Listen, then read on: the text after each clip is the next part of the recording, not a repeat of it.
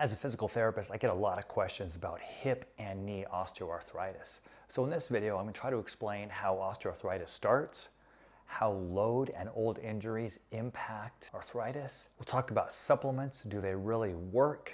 And what the research has to say. What about injections? Two of the most common ones are hyaluronic acid and corticosteroid.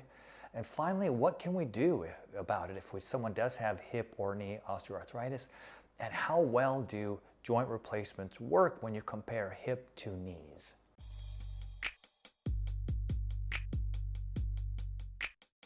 Hello everyone, welcome to the channel. Ed DeBoo, physical therapist from Integrated Physical Therapy in Bellingham, Washington. Osteoarthritis tends to be a result of wear and tear, so I tend to see it in my older clients versus my younger clients. The wear and tear is not just of the articular cartilage or the shock absorbing pad, but it's also the bone, and it's also what's known as a synovial lining that can get inflamed and affect the joint. Now, once we start losing the meniscus or the articular cartilage, we start getting bone on bone, and that's when it starts to get particularly painful. How does load and old injury impact osteoarthritis? Excessive body weight can definitely increase the load on both hips and knees, making your symptoms worse and contributing to the acceleration of the joint deterioration and the osteoarthritis. For every 1 pound of body weight that you lose, there are 4 pounds less compressive forces on every step of the knee. What about old injuries? Unfortunately, if you have an injury to the meniscus or your ligament or ACL, oftentimes earlier in life, you can rehab it, it's not too much of a problem.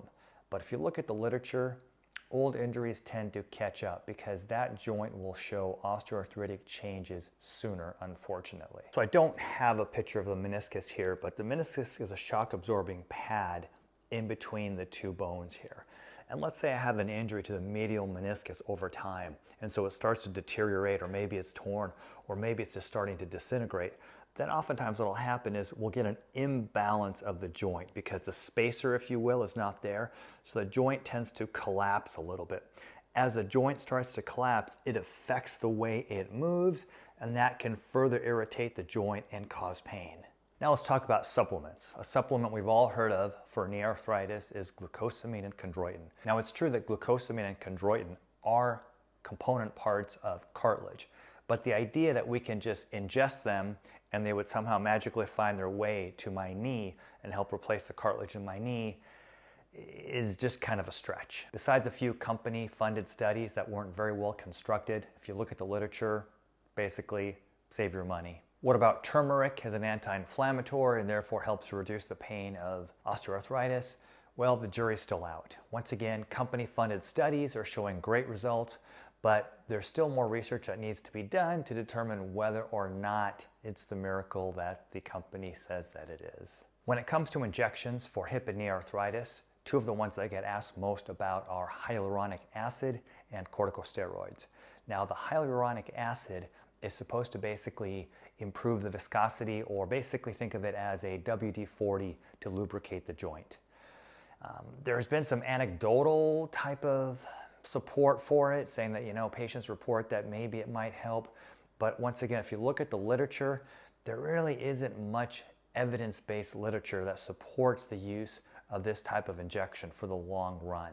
So if you want to get that, I always tell clients, it's up to you and your doctor, but the research doesn't necessarily support it for long-term benefit of osteoarthritis. What about corticosteroid injections? Some of my clients report immediate, long-lasting results. If you look at the literature, it's anywhere from 3 to 4, maybe 3 to 6 months where you get benefit.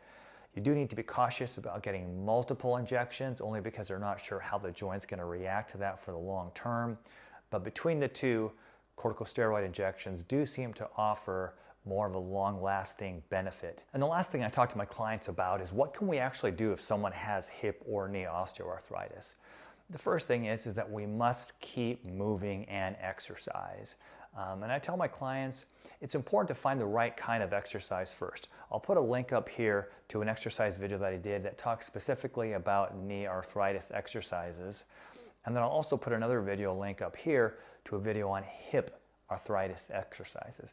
And the idea is that you want to try to keep as much range of motion and strength in the joint as possible. And you want to make sure the exercises are not overly painful, but I do tell my clients, look, there is going to be some discomfort when you first start the exercise program even if they are low-level exercises. I'll tell my clients, look, stay with it for 2 to 3 weeks to see if the pain does not get better. Now you have to make sure the exercise intensity is not too much, so I would never have my clients start running and jumping on it, but even basic exercises sometimes can be painful, but you do need to give it 2 to 3 weeks. Now what about joint replacements? For a client that has severe hip osteoarthritis, a hip replacement is almost a no-brainer. Most of my clients that have hip replacement surgeries are very pleased with the results. Oftentimes, within just a few weeks, they feel so much better. The rehab is pretty smooth, and before they know it, they are back on their feet, doing what they want to do, feeling a whole lot better. Knee replacements are a little bit of a different story. First of all, the rehab takes longer and it's a little bit more painful. With hip surgery, we have to limit range of motion, but with knee surgery, we really have to work hard to try to get 100+ degrees of flexion, and the rehab sometimes can take up to a year. I would say there's still about 10 to 15% of my clients after knee replacement that still have residual issues, but for the most part, they're doing better with the functional activities with a reduction in pain. And the final question I often get from clients is, when do I know it's time to get a hip or knee replacement? And I'll let them know is that when the pain is so intense that it really makes you not want to exercise, not want to do the things that you enjoy doing, and you've tried some of the other conservative methods, maybe you've tried the injection, you've been working on the exercises, you've dropped some weight, but you're still struggling, then I think it's time that you have that discussion with your surgeon about whether a knee or hip replacement is right for you. All right, everyone, if you've watched this far, thank you very much. Please leave any questions or comments down below, and make sure you subscribe so you never miss another one of my videos. All right, take care, keep exercising. We'll see you at the next video.